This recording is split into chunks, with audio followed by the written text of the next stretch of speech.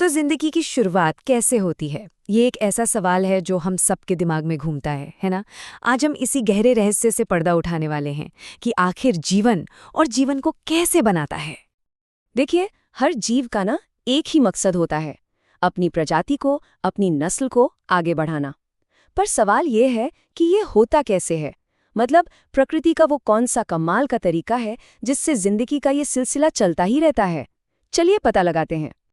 इसका जवाब है जनन। जी हाँ, रिप्रोडक्शन। ये ना प्रकृति का वो जादू है जो जिंदगी को पीढ़ी दर पीढ़ी हमेशा हमेशा के लिए बनाए रखता है। अगर ये प्रोसेस न हो तो किसी भी प्रजाति की कहानी वहीं खत्म हो जाए। तो फिर जिंदगी को बनाने के ये दो मेन तरीके कौन से हैं? ऐसा समझिए कि कुदरत के पास ना दो अलग-अलग ब्लूप्रिंट है। चलिए एक एक करके इन दोनों को ही समझते हैं। एक तरीके में दो साथियों की जरूरत होती है, जबकि दूसरे में बस एक ही काफी है। जी, हम बात कर रहे हैं लैंगिक और अलैंगिक जनन की। तो आइए पहले उस तरीके को जरा करीब से देखते हैं जिसमें साझेदारी होती है।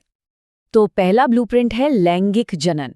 जैसा कि हमने कहा, ये बिल्कुल एक टीम वर्क जैसा है, जहां नर और मादा, मेल और फीमेल मिलकर एक नई जिंदगी को जन्म देते हैं। इस प्रोसेस में दो चीजें मिलती हैं, नर का शुक्राणु यानी स्पर्म और मादा का अंडाणु यानी ओवम। और जानते हैं सबसे कमाल की बात क्या है? ये दोनों ही अपने आप में सिर्फ एक कोशिका हैं, बस एक सेल। और जब ये दोनों स्पेशल सेल्स आपस में मिलते हैं ना, बस उसी पल को कहते हैं निषेचन या फर्टिलाइजेशन। और बस यहीं से एक बिल्कुल नई कहानी की शुरुआत हो जाती है। सोचिए, ये किसी रेस से कम नहीं है। लाखों करोड़ों शुक्राणु एक अंडे तक पहुंचने के लिए दौड़ लगाते हैं, लेकिन जीतता सिर्फ एक है। और जो जीतता है वो अंडे के साथ मिलकर एक बिल्कुल नई कोशिका बना लेता है। इसी पहली कोशिका को कहते हैं युग्मनज या जाइगोट।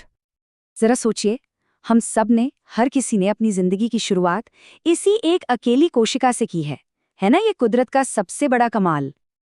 अब ये जो जादुई मिलन है ना, ये दो अलग अलग जगहों पर हो सकता है। एक तो है शरीर के अंदर, जिसे कहते हैं आंतरिक निषेचन, जैसा इंसानों में होता है। और दूसरा है शरीर के बाहर, यानी बाह्य निषेचन, जो अक्सर पानी में रहने वाले जीवों में देखा जाता है। जैसे मेढक और मछलियां हैं, ये अपने अंडे और शुक्राणु सीधे पानी में ही छोड़ देते हैं। अब वहां तो कई खतरे होते हैं, कोई उन्हें खा सकता है या वो बह सकते हैं। तो ये एक बहुत ही जोखिम भरा खेल है, पर जिंदगी अपना रास्ता बना ही लेती है। अच्छा, अब बच्चे के जन्म के भी दो मुख्य तरीके हैं। कुछ जानवर, जिन्हें हम जरायुज या विविपेरस कहते हैं, वो सीधे बच्चे को जन्म देते हैं, जैसे इंसान या गाय। और दूसरे होते हैं अंडप्रजक या ओविपेरस, जो अंडे देते हैं, जैसे कि चिड़िया, सांप या मुर्गी। लेकिन कुछ जानवरों की कहानी तो और भी ज्यादा दिलचस्प है। उनके बच्चे जब पैदा होते हैं तो अपने माँ बाप से बिल्कुल ही अलग दिखते हैं, और फिर बड़े होते होते वो पूरी तरह बदल जाते हैं। इस कमाल के बदलाव को कहते हैं कायांतरण या मेटामॉर्फोसिस। मेढक इसका सबसे बढ़िया उदाहरण है।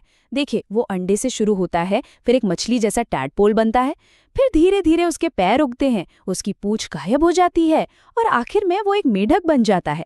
ये किसी जादू से कम तो बिल्कुल नहीं है। और ये रहा इसका अंतिम रूप, एक ऐसा जीव जो अब जमीन और पानी दोनों पर राज करता है।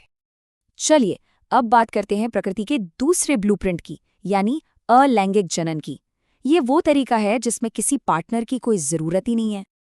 इसके भी कुछ बड़े मजेदार तरीके हैं, जैसे कि हाइड्रा में होता है मुकुलन यानी बडिंग, और अमीबा में होता है द्विखंडन यानी बाइनरी फिजन। अब नाम सुनने में थोड़े मुश्किल लग सकते हैं, पर हैं ये बहुत ही सीधे सादे प्रोसेस। ये देखिए, हाइड्रा के शरीर पर एक छोटा सा उभार, एक बड निकलता है, और वही बड़ा होकर एक नया हाइड्रा बन जाता है। और अमीबा तो और भी कमाल है, वो तो बस बीच से दो टुकड़ों में बट जाता है, बस हो गया। है ना कितना आसान? तो हमने प्रकृति के नियम तो देख लिए, पर अब बारी है एक ऐसी कहानी की जिसने विज्ञान के नियमों को ही बदल कर रख दिया। ये कहानी है डॉली की, दुनिया की पहली क्लोन की गई भेड़। तो कहानी में ये दो भेड़ें हैं। एक है फिन डॉर्सेट भेड़, जिसका मुंह सफेद है, और दूसरी है स्कॉटिश ब्लैकफेस भेड़, जिसका मुंह, जैसा कि नाम से जाहिर है, काला है। अब सवाल ये उठता है कि डॉली जो पैदा हुई वो किसकी तरह दिखती थी? और ये है डॉली।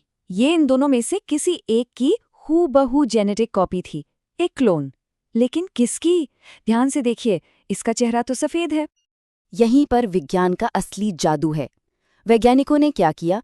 उन्होंने सफेद चेहरे वाली फिन डॉर्सेट भेड़ की एक कोशिका से न्यूक्लियस यानी डीएनए निकाला।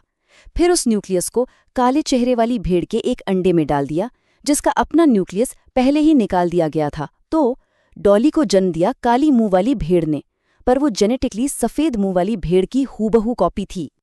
तो क्लोनिंग का मतलब है किसी भी जीव या उसके हिस्से की एक सटीक एग्जैक्ट कॉपी तैयार करना।